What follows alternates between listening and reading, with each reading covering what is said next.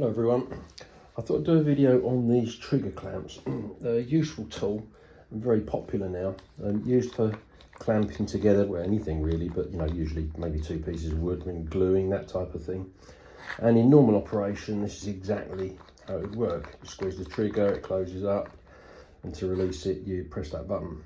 And they have a habit of going wrong. Sometimes it's terminal and you can't do anything with it, but as they're so easy to get into, I've got one here, for instance, got the floppy trigger. Sometimes it can be that the button doesn't actually work, and there's a couple of things in there that we're able to fix very, very easily. So let's take one apart and have a quick look inside a working one first.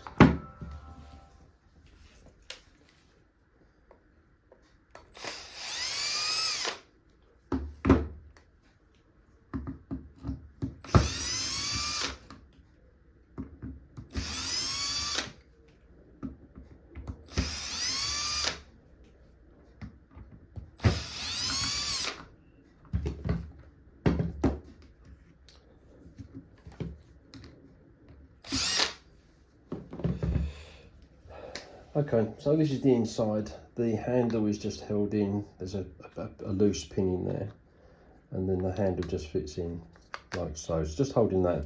You can see how it operates. The back two plates pull the arm forwards, and when you want to release it, you press this button, which moves this then parallel and enables you to move it to and fro. If you release it, it locks it in place.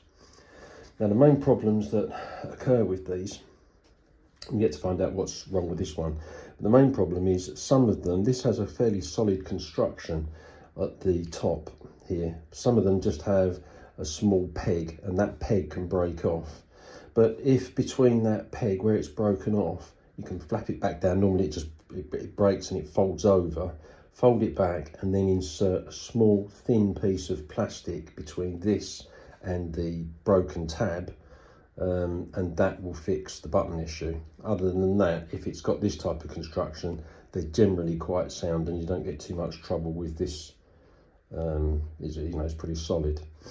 On the other end, then generally what will happen is that the two plates, when you go to slide them forwards, they won't return, and that is because usually at the bottom of the, I'm not quite sure if you can see that, but at the bottom of the moulding there are some indentations where it's the moulding has not been cleaned up properly, and often what happens is that as these wear, it doesn't take very long, the bottom of these plates catch on that piece of moulding.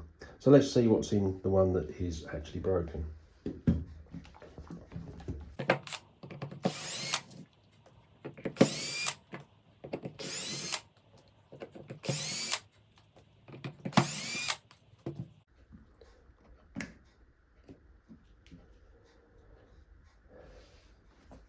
Okay, well, this plate is actually stuck back.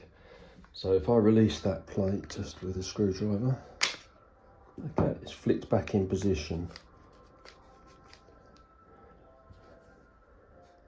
And down there is one of these raised pieces of moulding where it's, as this wears, it doesn't take very much, as this wears against this plate after a bit of use, then it starts to foul on that little lug at the bottom. You could use perhaps a Dremel or something like that to get it off, but tip of a screwdriver and levering against the sides is generally enough. Clean that out in a second, but just to, and that's that one fixed. Okay, thanks for watching.